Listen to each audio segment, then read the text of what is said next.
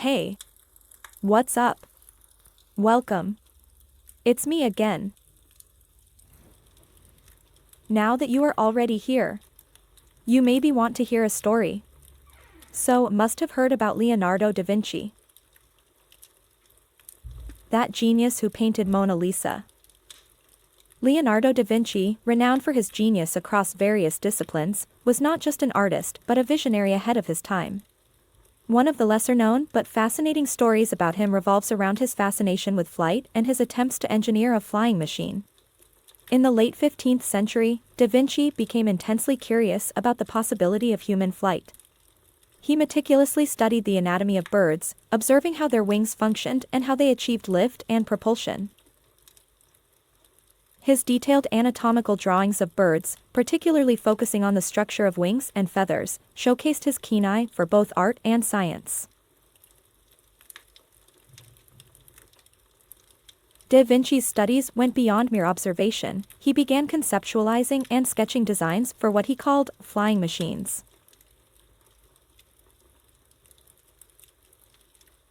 His most famous design, the ornithopter, was inspired by the way birds flap their wings to fly.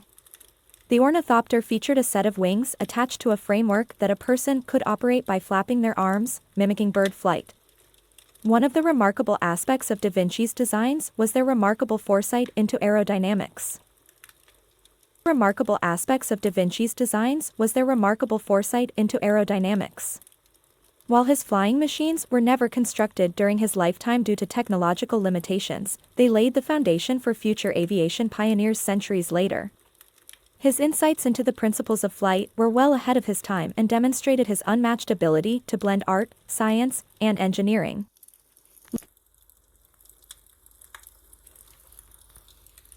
Leonardo da Vinci's quest to understand flight not only showcases his insatiable curiosity and innovative spirit, but also underscores his enduring legacy as a polymath whose ideas transcended his era, influencing generations of thinkers and inventors who followed in his footsteps.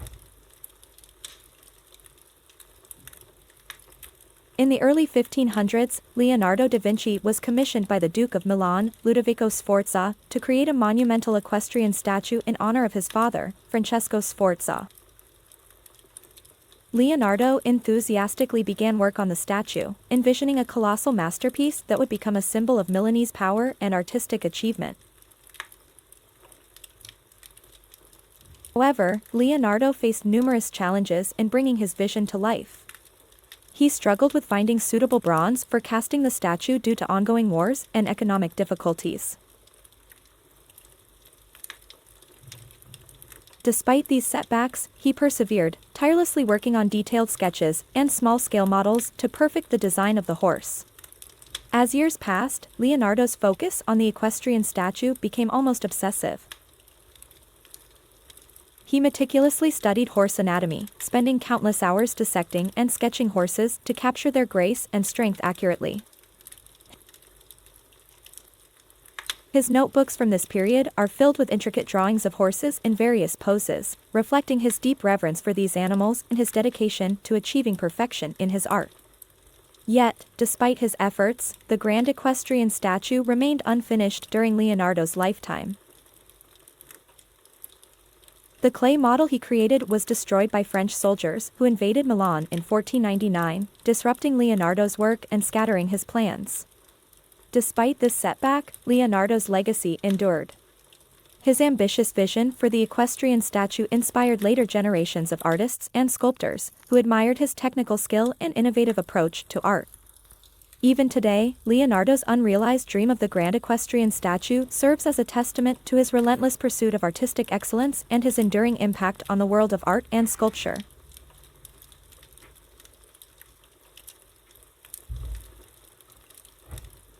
In the early 16th century, Leonardo da Vinci found himself in the service of Cesare Borgia, a powerful and ambitious Italian nobleman who sought to expand his influence throughout Italy. Borgia appointed Leonardo as his chief military architect and engineer, tasking him with devising ingenious strategies and inventions to conquer cities and fortresses. During his time with Borgia, Leonardo demonstrated not only his artistic brilliance but also his exceptional engineering and tactical prowess. He designed fortified structures, elaborate weaponry, and even planned intricate military maneuvers.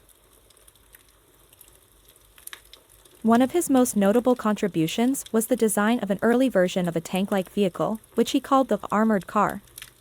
This vehicle featured layers of protective plates and was equipped with cannons that could rotate to fire in multiple directions, providing a formidable advantage on the battlefield.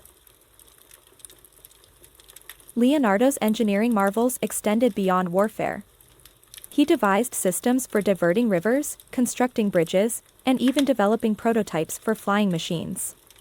His notebooks from this period are filled with intricate diagrams and detailed plans, showcasing his visionary ideas and technical innovations.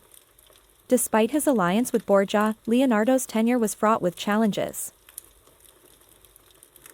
Borgia's ambitions often led to political turmoil and conflict, forcing Leonardo to navigate treacherous waters and sometimes compromising his artistic integrity. Ultimately, Leonardo's experience with Cesare Borgia underscores his multifaceted genius and adaptability. Beyond his renowned artistic achievements, he demonstrated an unparalleled ability to apply his creativity and intellect to diverse fields, leaving an indelible mark on history as not just an artist but a visionary ahead of his time. Once upon a time. In the bustling streets of Florence during the Renaissance, a young Leonardo da Vinci walked with purpose, his mind abuzz with ideas that danced like fireflies in the night. Known for his keen observations and insatiable curiosity, Leonardo often found inspiration in unexpected places. One cool autumn evening, as he wandered near the Arno River, Leonardo stumbled upon a commotion near the city's edge. A crowd had gathered around a peculiar sight, a man perched atop a precarious scaffold, laboring over a massive block of marble. Curiosity piqued, Leonardo approached and soon realized it was none other than Andrea del Verrocchio, the esteemed sculptor, and his workshop bustling with activity. Intrigued, Leonardo watched in awe as Verrocchio chiseled away at the marble with skillful precision, transforming the rough stone into a majestic horse that seemed ready to gallop into eternity. The young apprentice, barely containing his excitement, asked Verrocchio about the secrets of sculpting, eager to absorb every nuance of the master's craft.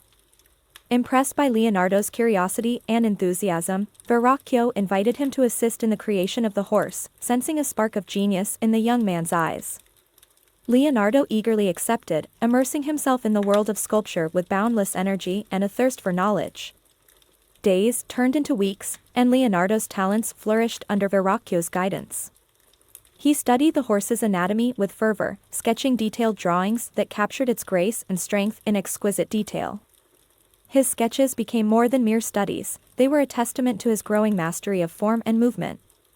One evening, as Leonardo sat in quiet contemplation near the workshop, a sudden burst of inspiration struck like lightning.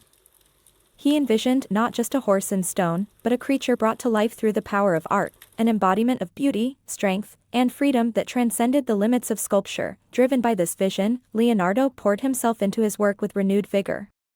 He experimented with new techniques, blending science with art to breathe life into his creation.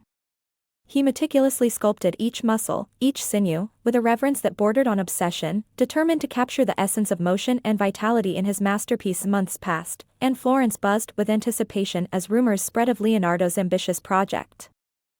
Finally, the day of unveiling arrived, a crisp spring morning bathed in golden sun. The city's elite gathered in Verrocchio's workshop, their breaths held in anticipation as the veils were lifted to reveal Leonardo's magnum opus, a horse that seemed to leap from its pedestal, its mane billowing in an imagined breeze, its eyes alive with the spirit of freedom. Silence fell over the crowd, broken only by the collective gasps of wonder and admiration.